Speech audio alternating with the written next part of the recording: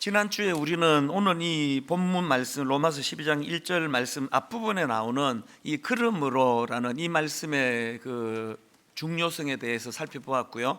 그리고 그 다음에 이제 바로 그 다음 나오는 하나님의 모든 자비하심으로 너희를 권하노니, 여기 나오는 이 하나님의 자비하심으로라는 표현이 참 중요한 말씀이라고 그런 말씀을 드렸습니다.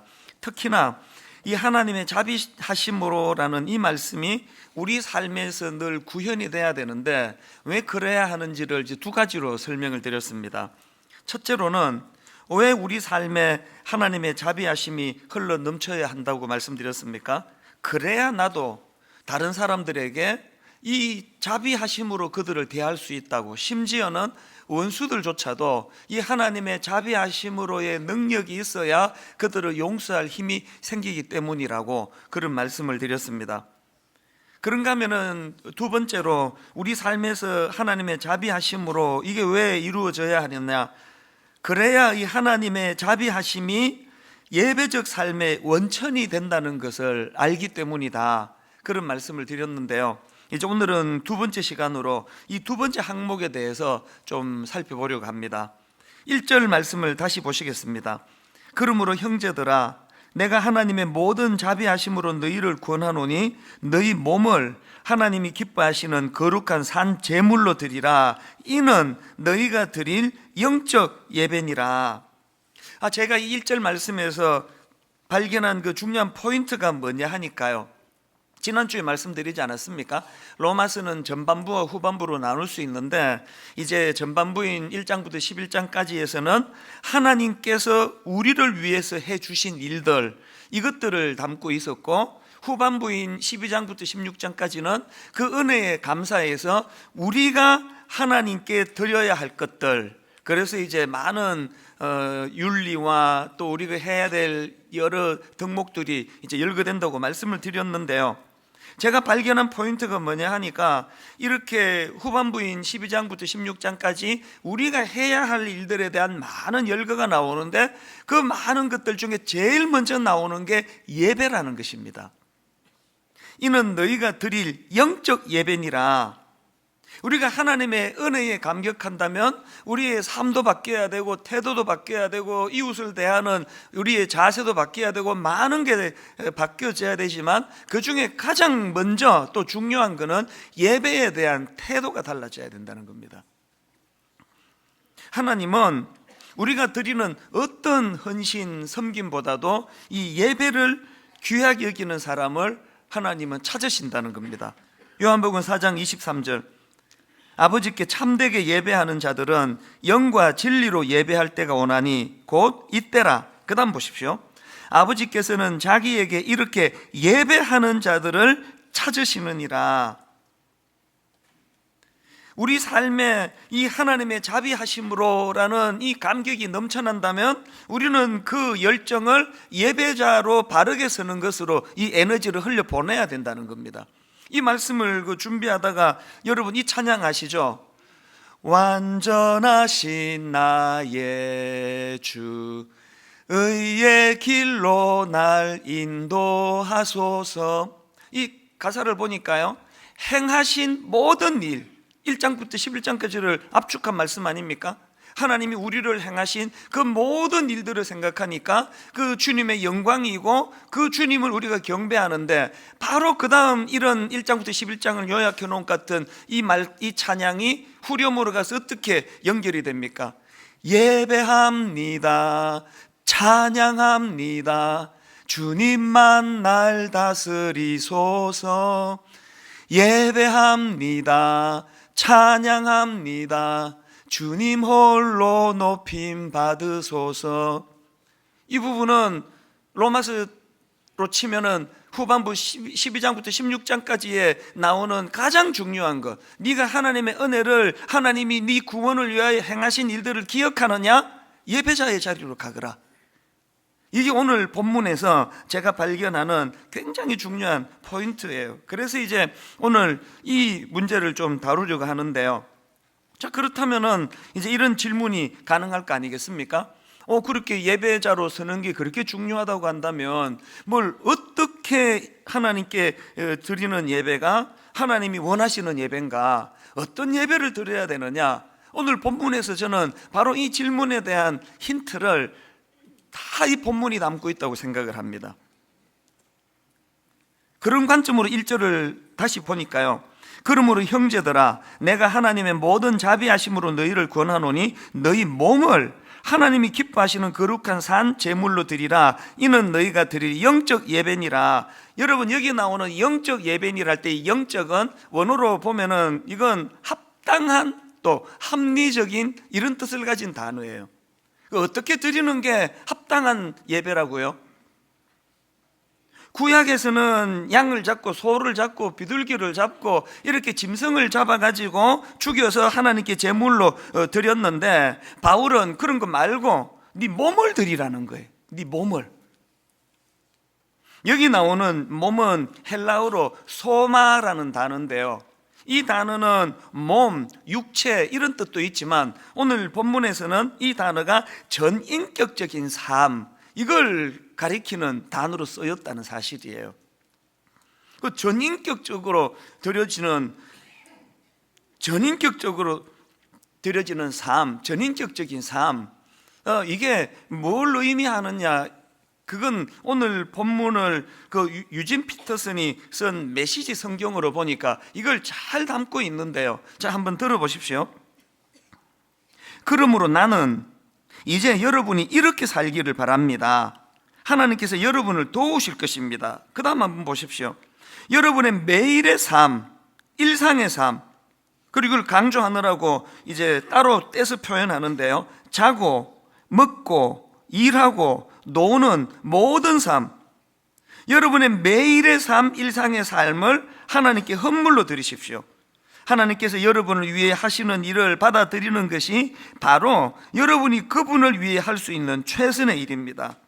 여기서 지금 몸이 전인격성을 말한다는 게 뭘 의미하는지 잘 설명해 놓은 거 아닙니까? 그런가 하면은 로마서 6장 16절에 보면은 우리 전인격적인 삶이 드려진다는 게 뭘 의미하는지를 알 수가 있는데요. 자, 로마서 6장 16절, 너희 자신을 종으로 내주어 누구에게 순종하든지 그 순종함을 받는 자의 종이 되는 줄을 너희가 알지 못하느냐. 뭐가 전인격적으로 하나님께 드리는 그런 삶이냐? 하나님이 내 삶의 주인임을 인정해드리고 하나님이 날 구원해 주신 주권자라는 걸 인정해드려서 그분에 대하여 내가 순종하는 삶을 살아가는 것, 일상생활에서 그분께 순종하는 삶을 사는 그 모든 것들이, 이게 다 전인격적으로 하나님께 드리는 예배라는 것입니다. 제가 이 설교를 준비하다가 갑자기 우리 집 강아지를 딱 보니까요, 야, 얘가 나한테 예배자가 이런 태도예요. 이게 무슨 말씀인가 하면은, 여러분, 사람들이 왜 그 강아지를 키우는지 아십니까? 제가 키워보니까요, 이 강아지에게 가장 좋은 점은요, 주인이 하는 모든 일들에 대한 팩트만 있지 Y가 없어요. 주인은 왜 저렇게 하지? 이런 게 일절 없고 주인의 결정에 대한 상황만을 수용하는 게 그게 강아지더라고요. 제가 어디 나가려고 옷을 주섬주섬 입으면은요, 이 강아지가 먼저 현관 앞에 가서 기다리고 있어요. 자기도 저 데리고 가달라는 거죠. 이 겨울에 그냥 막 그 공기탁한 집안에만 있으니까 걔도 좀 답답한가 봐요. 그래서 이제 그 사람이 나가는 낌새만 있으면은 막 문 앞에 나가서 기다리거나, 어떨 때는 또 막 이렇게 막 쪼르기도 해요. 막 깡충가지고 뛰면서 자기도 데리고 가라고 막 온몸으로 그렇게 다 표현을 하지 않습니까? 그런 그 열망하는 모습을 보면은 안쓰럽지만 어떻게 다 데리고 갑니까? 그래서 대부분의 경우는 못 데리고 갑니다. 가끔 산책시켜줄 때 말고는 거의 다 거절하거든요. 그렇게 막 따라가고 싶어가지고 깡충깡충 뛰고 하던 그 강아지에게 요 제스처를 쓰는 거예요. 그러면 이렇게 말합니다. 안 돼? 딱 한마디만 하면요, 바로 얘는 거기에 급순종 모드로 가가지고 납작 엎드려요. 그리고는 보채지 않아요. 그리고 이제 나가가지고 그 엘리베이터 기다리느라고 서 있으면은 방 안에서 얘가 막 괴로워가지고요, 막 하우링이라 그러죠. 신음소리를 내는 게 들려요. 막 이런 소리를 내면서 막 너무 괴로워가지고 막 고통해 하지만 주인은 왜 안 데리고 가는 거야? 저게 의로운 주인 맞아? 뭐 이런 갈등이 없어요. 걔는 아침에 이제 식사하러 이거 딱 가면은 저를 쫄쫄 따라와요. 그래서 제가 옆에 있는 의자를 딱 당겨주면은 거기에 깡충 올라타요. 그리고는 또 이제 열심히 이제 뭐 주는가 해서 기다리는데, 이게 정말 웃기는 게 어떨 땐 침 삼키는 소리가 들려요. 꼴깍꼴깍 침 삼키는 소리도 들리는데요. 근데 그 어떨 때는 이제 소금기 없는 뭐 상추나 양상치 같은 게 있으면 이제 주기도 하지만, 대부분의 경우는 그 개가 먹으면 안 되는 그 소금 있는 거 먹으면 안 되거든요. 그래서 처음부터 끝까지 침 삼키면서 가만히 응시하는데 끝까지 안 주면은요, 아무 갈등 없이 도로 그냥 내려가요. 아이, 더러운 놈, 막 이렇게 욕하고 내려가는 게 전혀 없어요. 팩트밖에 없어요. 제가 관찰한 거예요. 정말 내가 배우고 싶은 거예요. 그러니까 그 강아지를 키울 수 있는 거 아닙니까? 이 개가 우리 인간이 하나님께 하듯이 사사건건 시비 걸고 왜 이렇게 하시는데요? 하나님은 공의롭다면서 날 왜 이렇게 인도하시는데요? 왜요? 왜? 개 짖는 소리 같네. 개는 이런 게 없습니다. 그 제가 어떨 땐 그 강아지를 보면서, 야, 네가 나보다 낫다. 여러분, 그 주인인 강아지에 대한 이 개의 자세를 보면서, 얘는 물론 뭐 생각이 깊어서 하는 건 아니고 이제 본능의 의지에 사니까 그걸 유추할 수 없으니까 그런 거지만, 저는 그 모습을 보면서 우리는 하나님 앞에 정말 팩트만 있고 why가 없는, 왜라는 질문이 없는 그런 자리로 가고 싶은 거예요. 어떤 경우라도 하나님 하시는 일은 항상 옳으십니다. 내가 이해할 수 있든 이해할 수 없든 이런 자세를 가지고 주님 앞으로 순종하며 나아가는 삶, 이게 예배라는 거예요. 이제 좀 더 구체적으로 오늘 본문에서 말하는 이 영적인 예배가 어떤 예배를 말하는지에 대해서 좀 설명을 드리려고 하는데요. 우선 이 본문 1절의 구조를 원어로 보면은 이 구조가 굉장히 재밌습니다. 큰 선포가 이제 먼저 나옵니다. 우리 몸을 제물로 드리는 것이 예배이다. 그렇게 선포하고는 이 선포된 제물에 대하여 형용사 3개가 이 제물을 바치는 그 구조예요. 그래서 제가 이런 구조를 바탕으로 해가지고 우리가 드려야 될 영적인 예배, 그 합당한 예배가 어떤 것인지를 이제 좀 설명을 드리려고 하는데요. 자, 우리가 드려야 될 합당한 예배가 어떤 예배냐? 첫째로는요, 산 예배예요. 혹은 살아있는 예배예요. 오늘 1절 말씀을 원어에 가깝게 그 번역해서 읽어드리면 내용이 이렇습니다. 화면으로도 나오는데요. 그러므로 나는 형제인 여러분들께 주님의 자비하심들로 부탁드립니다. 이 자비하심이 복수라고 지난주 말씀드리지 않았습니까? 그러므로 나는 형제인 여러분들께 주님의 자비하심들로 부탁합니다. 당신들의 몸을 살아있는 거룩하고 하나님을 기쁘시게 하는 제물로 드리십시오. 여기 있는 그 3개의 형용사가 뭡니까? 살아있는, 또 2번째 거룩하고, 또 3번째 하나님을 기쁘시게 하는. 우리말 성경에는 하나님을 기쁘시게 하는 게 제일 먼저 나와 있지만 원어에 보면은 살아있는이 제일 먼저 나옵니다. 그만큼 중요하다는 거겠죠. 자, 그렇다면은 여기 나와 있는 이 산 제물, 이게 뭘 의미하느냐? 그거는 한마디로 말씀드리면 이 삶으로 드리는 제물이에요. 아까 너희 몸을 산 제물로 드리라 할 때 이 몸이라는 단어가 전인격적인 삶을 의미한다는 것과 같은 맥락 아닙니까? 여러분, 우리가 이렇게 함께 모여서 드리는 이 공적인 예배에도 지각하지 않으려고 정성을 들여야 되고, 예배 시간에 졸지 않고 딴짓하지 않고 하나님께만 집중하려는 이 정성이 필요하다고 한다면, 똑같은 맥락에서 우리들의 삶 속에서도 똑같은 예배자의 자리로 그렇게 서야 된다는 그 모습이, 이게 산 예배라는 거예요. 이걸 잘 설명해 놓은 소논문을 하나 제가 봤는데요. 장신대 주승준 교수님이라고 그 인천에서도 목회하시는, 저도 친하게 지내는 참 좋은 분이에요. 이분이 쓴 그 소논문에 보니까 이런 내용이 있습니다. 한번 들어보십시오. 미사라는 말은 예배의 마지막에 선언하는 이때 미사 에스트, 라틴어예요. 이때 미사 에스트라는 말에서 온 것인데, 자, 그 다음 내용을 들어보세요. 이때 미사 에스트란 단어는 여기에서의 예배는 이로써 마친다는 뜻이다. 결국 이 말은 이렇게 해석할 수 있다. 교회 안에서의 예배는 이것으로 마치고 이제는 하나님을 섬기기 위해 세상을 향해 나가서 행동하라고 말이다. 그리고 이 말은 세상 속에서 진정한 예배를 하나님께 드리라는 뜻이다. 이런 설명을 하면서 한마디 더 덧붙이는데 이 참 인상적입니다. 참된 예배는 주일 예배 시간의 축도 후에 비로소 시작된다. 그래서 제가 이제 마지막으로 이제 축도 드림으로 예배를 마치겠습니다. 이게 용어를 바꿔야 될 것 같아요. 이제 축도 드림으로 새로운 예배가 시작되겠습니다. 그 얘기예요. 이 참 의미 있는 말씀 아닙니까? 오늘 우리가 함께 모여 드리는 이 예배만 예배가 아니라 이제 축도가 드려지고 나면 이제 새로운 세상에서의 일상에서의 엿새 동안의 예배가 시작이 된다는 거예요. 그래서 저는 목사가 늘 이 조명 아래에 사람 많이 보는 데는만 홀리 거룩한 척 하다가 강단에만 내려오고 사람만 안 보면은 그냥 세속적인 그런 사람으로 돌변하는 목회자라면 어떻게 그 목사가 예배자라고 할 수 있겠냐고요. 그건 위선자예요.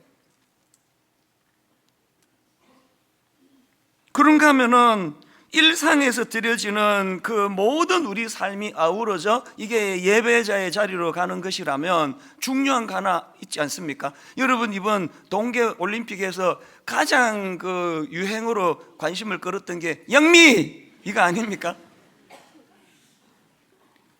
이 영미 이 말을 만들어낸 그 팀이 대단한 팀 아닙니까? 이 컬링이라는 그 듣지도 보지도 못했던 비인기 종목에서 이 은메달을 땄다는 건 이거 대단한 일인데요.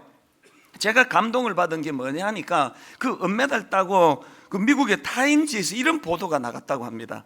이들은 우승을 위해 휴대폰을 사용하지 않는다.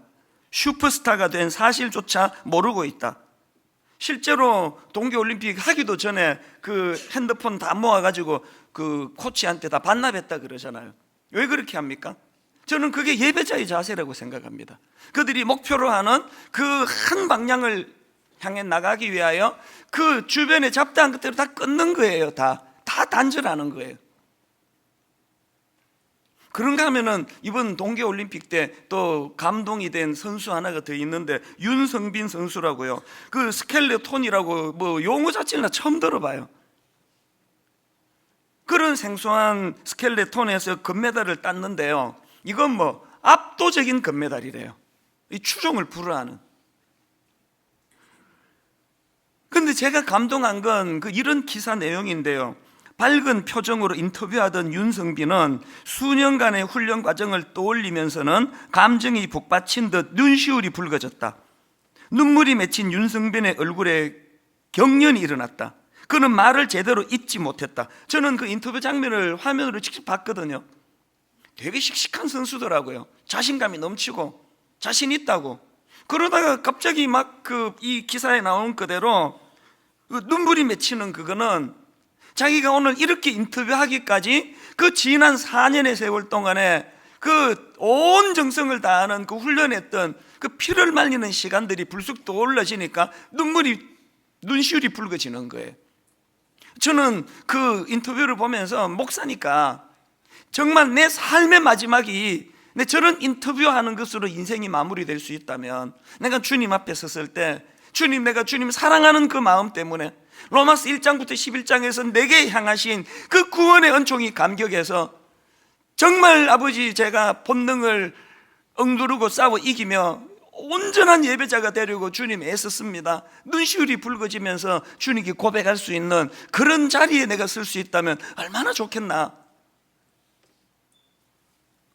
여러분, 목회자인 저는 온 정성을 다하여 이 설교를 위하여 마지막 5분 전까지라도 문장 하나라도 더 액기스로 주님께 드리기 위하여 정성을 다 쏟고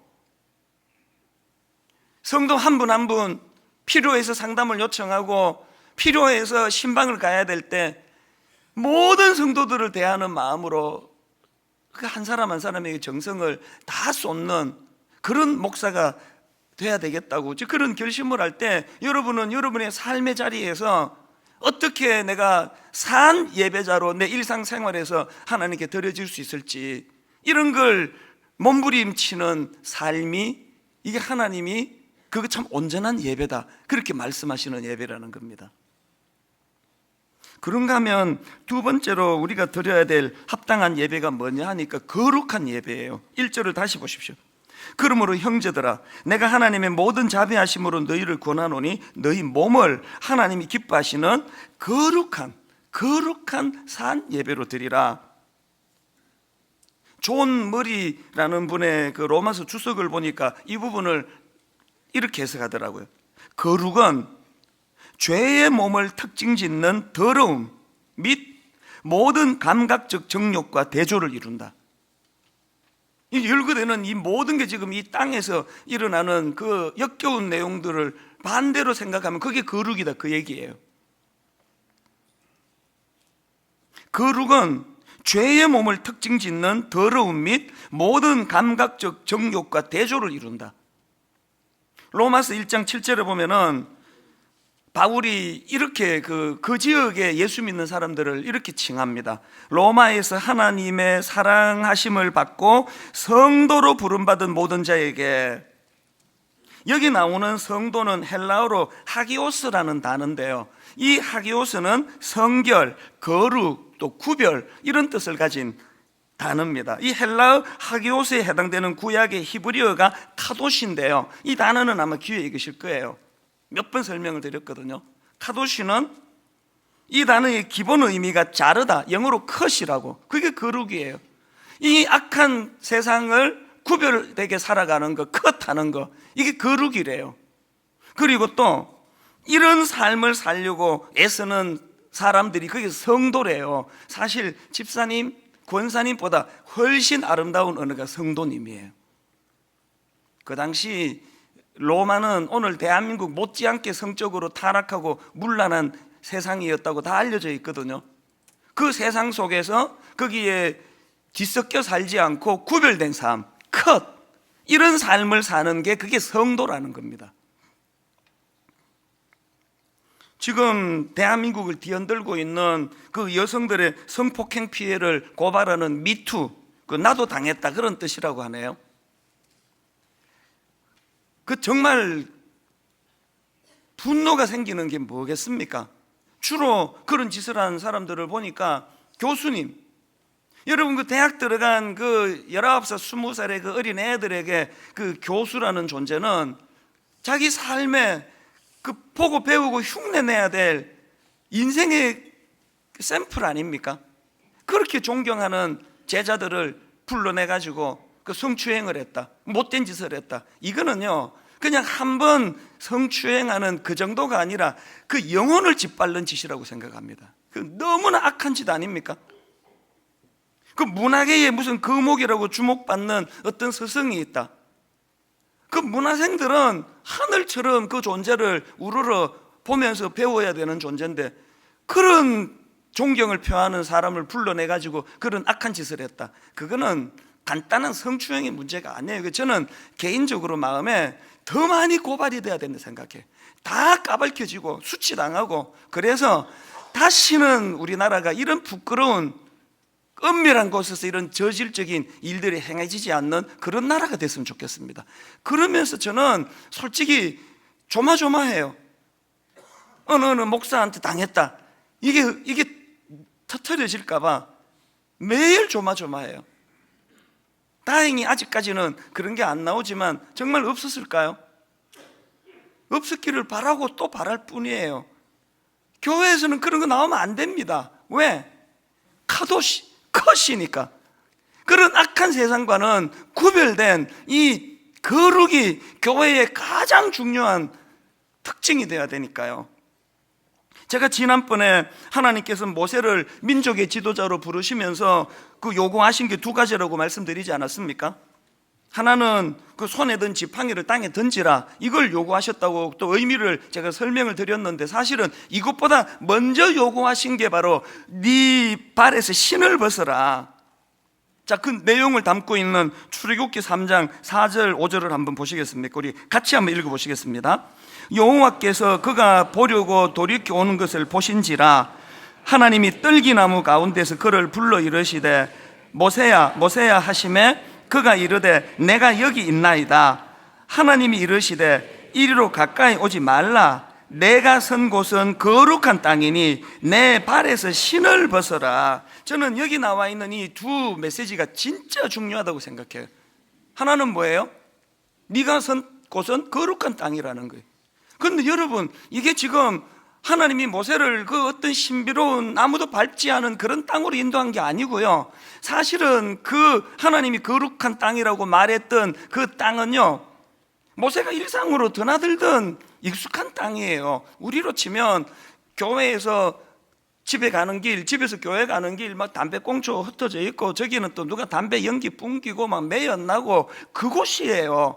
그런데 왜 하나님이 그 땅을 거룩한 땅이다, 왜 이렇게 말씀하시느냐? 왜 그렇게 말씀하실까요?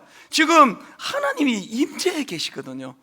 하나님이 임재해 계시는 그곳은 아무리 익숙하고 아무리 평범하고 아무리 담배꽁초가 흩어져 있는 땅이라 할지라도 그 땅은 거룩한 땅이 된다는 거예요. 여러분, 이 시대가 너무 역겹습니까? 온 땅이 오염된 것이 화가 나십니까? 마음이 우울하십니까? 여러분이 서 있는 그 자리가 거룩한 땅이 되게 하려면 그 삶의 현장에서 하나님의 임재를 경험하셔야 되는 거예요. 지난주 말씀드렸잖아요. 새벽에 그 부산의 어느 공원 이름도 몰라요. 그 위치 자체가 궁금한 건 아니에요. 그런데 그 새벽에 제가 그 공원을 거닐면서 내 존재의 자금, 이 행위의 문제가 아닙니다. 어떻게 목사가 누구를 내가 이렇게 미워해서 되겠나? 내가 저 원수 같은 놈 왜 내가 사랑하지 못하나? 그래서 흘리는 눈물이 아니에요. 그런 행위의 문제가 아니라 내 존재의 문제. 사람들은 나를 큰 교회 목사라고 내 존재도 큰 줄로 오해하고 착각하는 분이 계시지만, 저는 저를 알잖아요. 누가 뭐라 그래도 나는 하나님 앞에서 너무 보잘것없는. 그래서 그 아침에 그 새벽에 그 공원을 거니면서 나의 자금을 알고 그분의 크심을 알며 소망 그 깊은 길로 가기 원하네. 비록 내가 이렇게 보잘것없는 존재의 자금으로 참 눈물을 지을 수밖에 없지만, 그러나 내게 있는 소망이 뭡니까? 그 주님의 깊으신 그분이 나를 견인해 주시기 때문에 나는 낙심하지 않는다. 언젠가 주님 인격 닮은 그 깊은 길로 갈 날이 있을 것이다. 이 벅찬 마음으로 눈물을 지으며 그 공원을 제가 걷고 있었기 때문에, 여러분 그 시간에 그 부산의 이름 모를 그 땅이 거룩한 땅이 된 줄로 믿으시기를 바랍니다. 이게 거룩한. 그러면서 두 번째로 나오는 게 네 발에서 신을 벗어라. 지금 여러분, 하나님께서요, 너 엄청난 일을 네한테 맡기려고 하는데 네가 이 엄청난 이스라엘 민족의 지도자가 되려면 적어도 5개국어 정도는 해야 될 거 아니냐? 영어 한번 테스트 해보자, 이런 걸로 접근하지 않으셨고, 하나님의 관심은 거기에 있지 않고 네 신을 벗어라. 뭘 의미합니까? 이 거룩한 땅에 걸맞는 거룩함을 요구하시는 거예요. 저는 우리 새아이에게 기도하면서 마음에 소원하는 게 이겁니다. 얘네들이 무슨 대학 가겠다고 영어 외우고 수학 공부하고 애쓰지만요, 저는 우리 아이들에게 정말 이런 이야기를 가끔씩 합니다. 요셉을 봐라. 하나님이 지금 요셉을 한 시대의 인물로 쓰시려고 계획하시면서 이놈이 자격이 있나 없나를 점검하고 테스트하는 첫 번째 관문이 뭐였니? 그 이상한 여자가 성적으로 유혹할 때 화들짝 놀라가지고 컷! 옷을 벗어 던지면서 도망가는 요셉을 보면서 하나님이 그때 합격! 넌 지도자 될 수 있는, 너는 지도자 자격이 있다. 오늘 하나님이 우리에게 거룩을 요구하세요. 뭐가 거룩한 예배라고요? 거룩한 사람들이 모여서 거룩한 하나님께 드리면 그게 거룩한 예배거든요. 마태복음 4장에서 예수님이 공생애를 시작하시기 바로 직전에 마귀의 세 가지 시험을 받는 그 관문을 통과하는 내용이 나오지 않습니까? 그것도 같은 맥락이에요. 지금 마귀가 예수님을 세 가지로 시험했던 그 핵심은 하나예요. 먹고 사는 문제, 과시욕, 명예욕. 이 세상 지도자들이 추구하는 그 방식대로 살아라, 내 다 밀어줄게. 이게 사단이 공격하는 유혹의 포인트고요. 단호하게 그것을 거절하시고 이런 먹고 사는 문제, 명예의 문제, 이 사람들 앞에 인정받는 과시, 이런 세상적인 관점과 기준을 내가 컷오시하겠다. 공생애를 시작하시기 전에 예수님이 반드시 거쳐 우리들에게 본으로 보여주셔야 되는 그 모습이 바로 마귀의 세 가지 유혹을 이겨내신 그 과정이라고 저는 생각하거든요. 그렇기 때문에 여러분, 우리는 다니엘 1장 8절, 다니엘은 뜻을 정하여, 다니엘은 뜻을 정하여 왕의 음식과 그가 마시는 포도주로 자기를 더럽히지 아니하리라.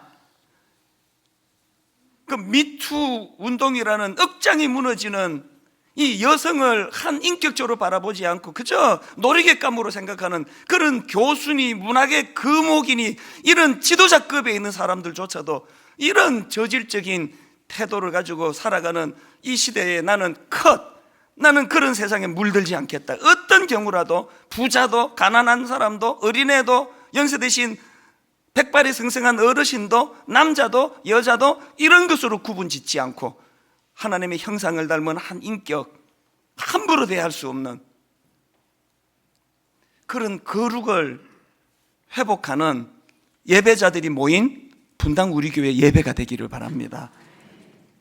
그런가 하면은 세 번째로 우리가 드려야 될 합당한 예배가 뭐냐? 하나님이 기뻐하시는 예배라는 겁니다. 1절에 너희 몸을 하나님이 기뻐하시는 거룩한 산 제물로 드리라. 여러분, 하나님이 기뻐하시는 제물로 드리라는 말에 내포되어 있는 게 뭐예요? 하나님이 기뻐하지 않으시는 제물도 있다는 거 아닙니까? 하나님이 기뻐하시는 예배를 드리라. 그 말에는 하나님이 별로 기뻐하지 않으시는 예배도 있다는 얘기 아닙니까? 김도현 교수님 그 책에 이 사실을 강조하는데요. 자, 이사야 1장 11절 12절을 보니까 하나님이 기뻐하지 않으시는 예배의 모습이나 제물이 어떤 건가를 잘 설명을 합니다. 같이 한번 읽어보십니다. 여호와께서 말씀하시되 너희의 무수한 제물이 내게 무엇이 유익하뇨? 나는 숫 양의 번제와 살찐 짐승의 기름에 배불렀고 나는 수송아지나 어린 양이나 숫 염소의 피를 기뻐하지 아니하노라. 너희가 내 앞에 보이러 오니 이것을 누가 너희에게 요구하였느냐? 내 마당만 밟을 뿐이니라. 여기 보니까 하나님이 싫어하시는 예배가 어떤 예배인지 확 와닿는 거 아닙니까? 어떤 예배를 싫어하시는 거라고요? 마음이 담겨 있지 않는, 형식적으로 드리는 거, 그걸 내 마당만 밟을 뿐이라. 저 알아요. 분당 우리 교회 오늘 여기 마당만 밟고 가는 분들이 꽤 많다는 걸 알거든요. 그거 하나님 안 받으세요. 그래서 여러분, 비록 죄도 많이 짓고 실수도 많이 하지만 그런 자기의 연약함을 정직하게 인정하면서 하나님 앞에 나갈 때마다 시편 51편 17절 하나님께서 구하시는 제사는 상한 심령이라. 하나님이여 상하고 통회하는 마음을 주께서 멸시하지 아니하시리이다. 이런 마음을 가지고 주님 앞으로 정말 내가 고침받기를 원하는 내 이 정결하지 못한 내 영혼이 주님 앞에 깨끗이 씻김받고 치유받는 그런 예배를 향한 갈망을 가지고 드리는 예배, 그런 예배를 기뻐하신대요. 또 그런가 하면은 또 하나님이 무슨 제물, 어떤 예배를 기뻐하시는지를 바로 그 다음 나오는 17절에서도 힌트를 얻을 수 있는데 17절입니다. 선행을 배우며 정의를 구하며 학대하는 자를 도와주며 고아를 위하여 신원하며 과부를 위하여 변호하라 하셨느니라.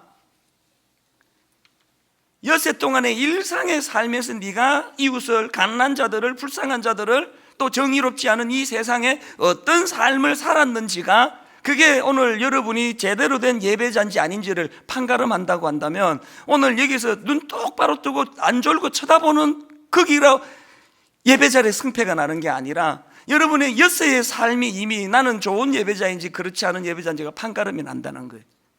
제가 좋은 설교자라는 건 오늘 요 30분 준비한 설교를 잘했다 못했다 이걸로 판가름 나는 게 아니라 보이지 않는 곳에서 엿새 동안 하나님 앞에서 내 행동들이 어떠했는가, 이게 좋은 설교자인지 아닌지를 판가름한다는 거예요. 그 음식에 대해서 주님이 주시는 말씀 다 아시죠? 이사야 58장 6절 7절 세 번역으로 보십시오. 내가 기뻐하는 금식은 막 40일 50일 그렇게 금식하는 게 아니래요. 내가 기뻐하는 금식은 부당한 결박을 풀어주는 것, 멍에의 줄을 끌어주는 것, 압제받는 사람을 놓아주는 것, 모든 멍에를 꺾어버리는 것, 바로 이런 것들이 아니냐. 또한 굶주린 사람에게 너의 먹을 것을 나누어 주는 것, 떠도는 불쌍한 사람을 집에 맞아 들이는 것이 아니겠느냐. 헐벗은 사람을 보았을 때에 그에게 옷을 입혀주는 것, 너의 고죽을 피하여 숨지 않는 것이 아니겠느냐. 며칠을 몇 끼를 했느냐의 기준으로 하나님이 기뻐하시고 기뻐하지 않으시는 게 아니라 그 금식하는 행위 이면에 이런 약자들에 대한 어떤 태도를 가지고 있느냐. 저는 이 세 가지 항목으로 자기를 비추어 보면서 여러분 로마서 1장부터 11장까지 그 큰 은혜의 감격이 우리에게 회복이 된다면 우리 일상적인 삶 속에서 아까 먹고 마시고 쉬고 자고 이 모든 삶이 다 어려워져서 나는 하나님 앞에 진정한 예배자입니다, 이렇게 고백할 수 있게 되기를 바랍니다. 결론을 맺으면서요, 한 가지 말씀만 더 드리고 싶은데요, 저는 이제 지난주 말씀드렸듯이 지금은 몸이 다 망가졌어요. 복부 비만에다가 또 저질 체력에다가 왜 이렇게 된지 아십니까?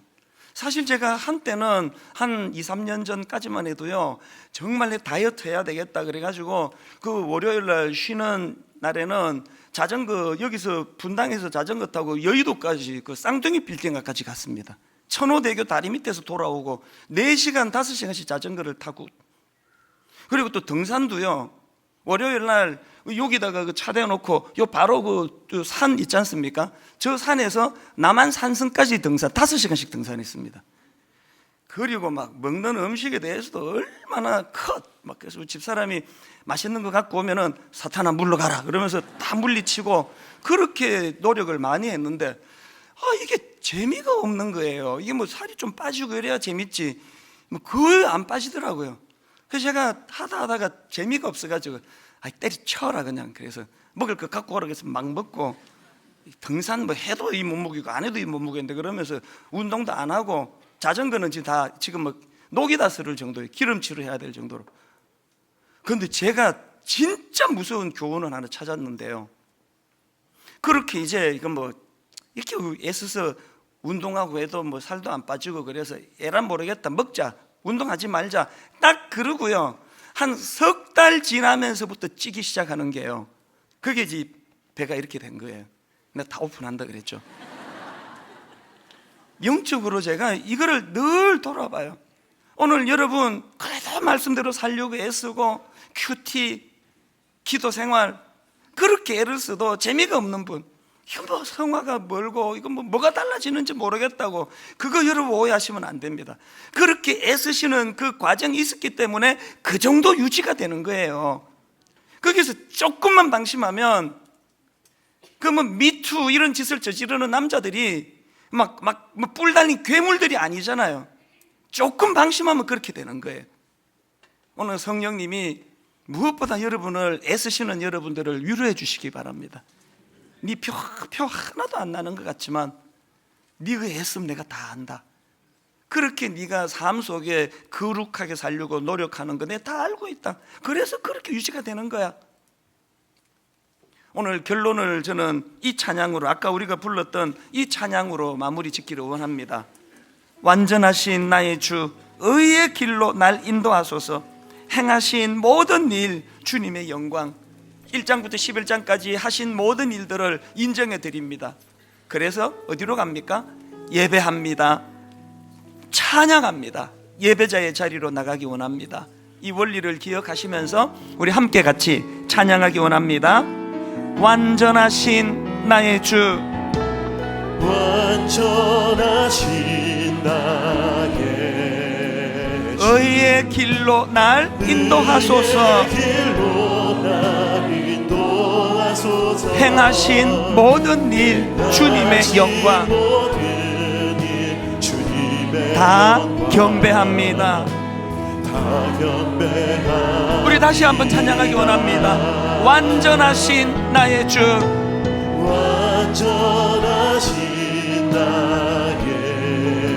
의의 길로 날 인도하소서. 행하신 모든 일 주님의 영광 벅찬 감격으로 다 경배합니다. 예배자의 자리로 나가기 원합니다. 예배합니다. 찬양합니다. 주님 홀로 높임 받으소서. 예배합니다. 찬양합니다. 주님 홀로 높임 받으소서. 저 높이 솟은 산이 되기보다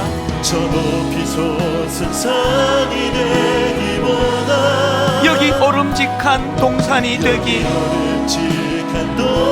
여러분의 삶의 일상 삶 속에 내 가는 길만 비추기보다는 누군가의 길을 비춰준다면 우리의 일상생활 속에서 내가 노래하듯이 또 내가 얘기하듯이 살길 난 그렇게 죽기 원하네. 삶의 한 절이라도 그분을 담기 원하네. 사랑 그 높은 길로 가기 원하네.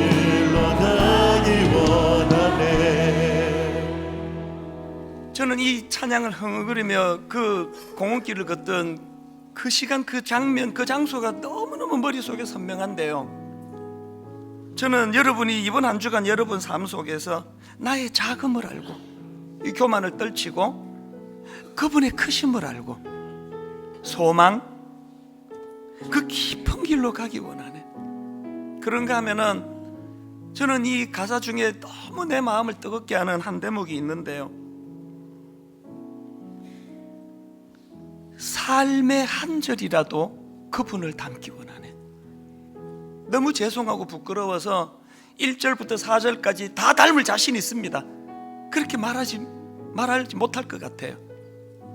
참 부끄러움을 해가지고 주님 부끄럽지만 삶의 한 절이라도, 아니요, 삶의 한마디라도 주님을 담기 원합니다. 그 눈물글썽이며 불러드리는 그 찬양이 그게 예배고 그 자리가 거룩의 자리가 된다면 여러분 이번 한 주 내내 서울, 경기도 곳곳에 여러분이 서 있는 그 땅이 거룩한 땅 되게 만들기를 주님 이름으로 축복합니다. 가사를 생각하시면 우리 한번 소원을 가지고 다시 한번 삶의 작은 일에도 주님의 그 마음 알기 원하네. 우리 이렇게 찬양합니다. 삶의 작은 일에도 그 마음을 알기 원하네. 그 길, 그 좁은 길로 가기 원해. 나의 작음을 알고 그분의 크심을 알며 소망 그 깊은 길로 가기 원하네. 우리 다시 한번 선포하지 않겠습니까? 삶의 작은 일에도 삶의 작은 일에 그 마음을 알기 원하네. 그 길, 그 좁은 길로 가기 원해. 나의 작음을 알고 그분의 크심을 알며 소망 그 깊은 길로 가기 원하네. 하나님 내 일상의 삶 가운데 선포합니다. 저 높이 솟은 산이 되기보다 여기 오름직한 동산이 되기. 하나님 내 일상 삶 속에서 내 가는 길만 비추기보다는 누군가의 길을 비춰준다면, 아버지 일상 속에서 내가 노래하듯이 또 내가 얘기하듯이 살길, 난 그렇게 죽기 원하네. 삶의 한 절이라도 그분을 닮기 원하네. 사랑 그 높은 길로 가기 원하네. 우리 다 자리에서 일어나셔서 저 높이 솟은 산이 되기보다 여기 오름직한 동산이 되기, 내 가는 길만 비추기보다는 누군가의 길을 비춰준다면, 내 일상생활 속에 내가 노래하듯이 또 내가 얘기하듯이 살길, 난 그렇게 죽기 원하네. 삶의 한 절이라도 그분을 닮기 원하네. 사랑 그 높은 길로 가기 원하네. 그 좁은 길로 가기 원하네. 그 깊은 길로 가기 원하네.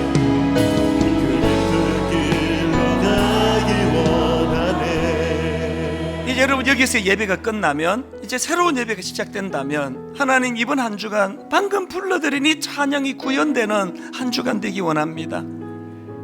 이기적이고 탐욕적인 이 세상에서 내 가는 길만 비추지 않기 원합니다.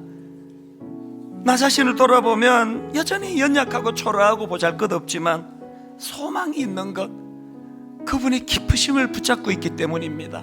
하나님 이번 한 주간 삶의 한 절이라도, 아니요 한마디라도 주님을 닮기 원합니다. 그 길로 나가기 원합니다. 우리 이런 소망을 가지고 예배자로 서기 위하여 우리 통성으로 같이 기도하기 원합니다. 같이 기도하시겠습니다. 살아계신 하나님 아버지, 오늘 주신 말씀이 내게 능력이 되기를 원합니다. 오늘 아버지 회중들과 함께 찬양하고 기도하며 예배하는 이것만이 예배가 아니라 오늘 우리의 삶의 현장에서 일상의 아버지 소소한 내 삶 속에 먹고 마시고 자고 쉬고 행하는 모든 내 삶이 다 어우러져 예배가 되기를 원합니다.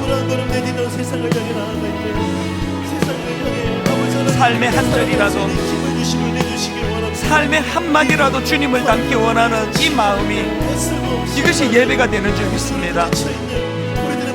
악한 세상과 구별된 소도시의 삶, 아버지 엄난한 유혹이 찾아올 때 요셉처럼 그것을 잘라버리는 컷하는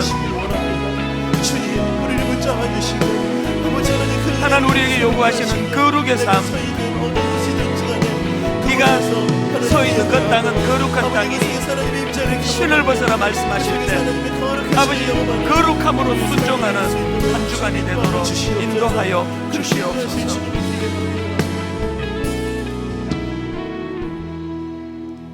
하나님 아버지, 이 시간 무엇보다도 내가 예수 믿는다는 그 하나 때문에 그래도 주님 닮아가려고 애쓰고 수고하고 때로는 손해보고 때로는 억울한 일을 감수하고, 특별히 아버지 악하고 엄난한 시대 요셉처럼 그것을 컷하려고 거룩을 향하여 몸부림치다가 때로 넘어지고 자빠지기도 하지만, 그때마다 회개하며 주님 앞에 나오는 그 모든 소소한 몸부림들이 결단코 사소하지 않다고, 너의 그 모든 애씀을 내가 다 안다고 주님이 저들을 위로해 주시기 원합니다. 겉으로 보기에 거룩을 향하여 하나도 변화되는 거 없는 것 같지만 낙심하지 말고 용기를 가지고 아버지 지금 걸어가고 있는 그 길을 뚜벅뚜벅 걸어 나갈 때에 언젠가 우리의 삶이 마감되고 마무리될 때 눈물로 주님 앞에 주님을 사랑했기 때문에 제가 애썼습니다. 이렇게 고백하는 그날을 소망하며 기다리는 저희들의 삶이 되게 하시고 또한 이번 한 주간 되게 하여 주시옵소서.